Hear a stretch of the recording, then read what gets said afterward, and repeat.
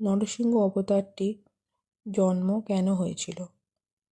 নরসিংহ অবতার হল ভগবান বিষ্ণুর 10টি অবতারের মধ্যে অন্যতম ভয়ঙ্কর এবং শক্তিশালী অবতার। এই অবতারটি তিনি গ্রহণ করেন তার পরম ভক্ত প্রহ্লাদকে রক্ষা করতে এবং অসুর রাজা হিরণ্যকশিপুর অহংকার ধ্বংস করতে।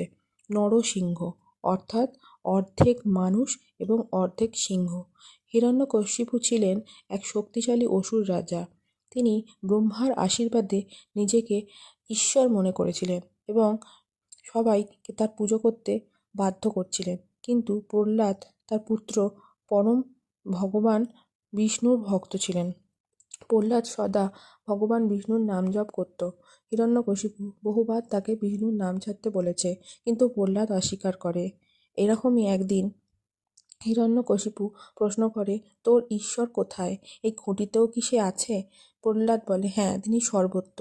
এই কথা শুনে হিরণ্যকশিপু রেগে গিয়ে খুঁটিতে আঘাত করে এবং সেই মুহূর্তে খুঁটি থেকে বেরিয়ে আসে নরসিংহ অর্থাৎ অর্ধেক মানুষ এবং অর্ধেক সিংহ অবতার, যেটি নরসিংহ অবতার নামে পরিচিত।